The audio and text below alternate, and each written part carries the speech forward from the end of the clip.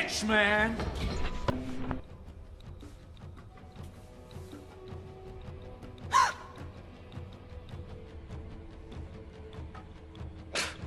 What's going on, guys? On this episode of On the Set, starting off October Horrorfest Season 7, I'm taking a look at Sinister, starring Ethan Hawke. So, a true crime writer named Ellison moves into a house with his wife Tracy and their kids, Trevor and Ashley. Ellison is a successful true crime writer, but has recently written some flops. So he's trying to write another successful book to get them out of their financial hole that they're in. Ironically enough, the house they just moved into was the site of a murder. The Stevenson family all hung themselves in the house prior to Ellison and his family moving in. A bit later on, Ellison goes up to the attic and finds a projector and a bunch of old film reels. So naturally, he plays them to see what they are. The reels all contain past murders of families, which seem to happen each decade, with someone always filming the deaths. And there's a strange cult-looking symbol in each video. Seeing this, Ellison thinks he stumbled upon a serial killer and can't decide if he should turn the reels over to the police or if he should just use them to write a new book. So what does he do? He uses them to write a book.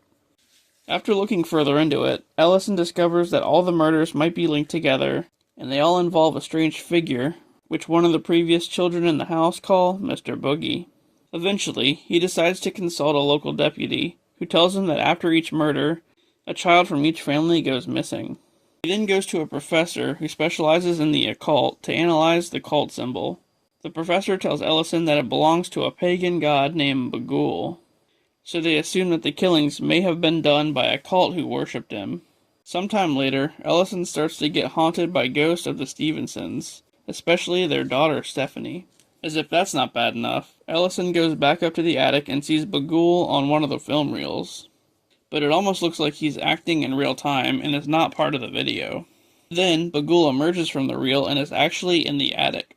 Yep, at that point I would just set the house on fire. Needless to say, after this, Ellison and his family move back to their old house.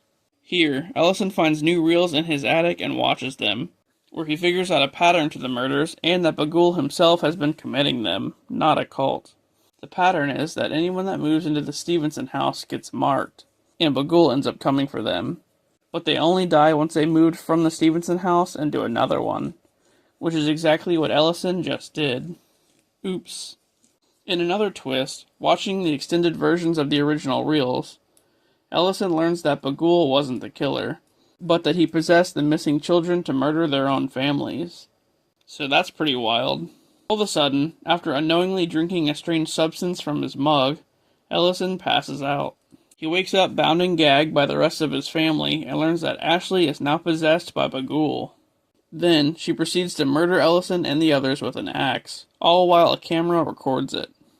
Afterward, she gets taken by Bagul as a new film reel appears among the rest, depicting her own family's murder. The end. Wow, what a crazy movie. An evil entity that appears in a film and possesses children to kill their families. That's a wild concept. But it was pretty entertaining for sure. Ethan Hawke was awesome in this one.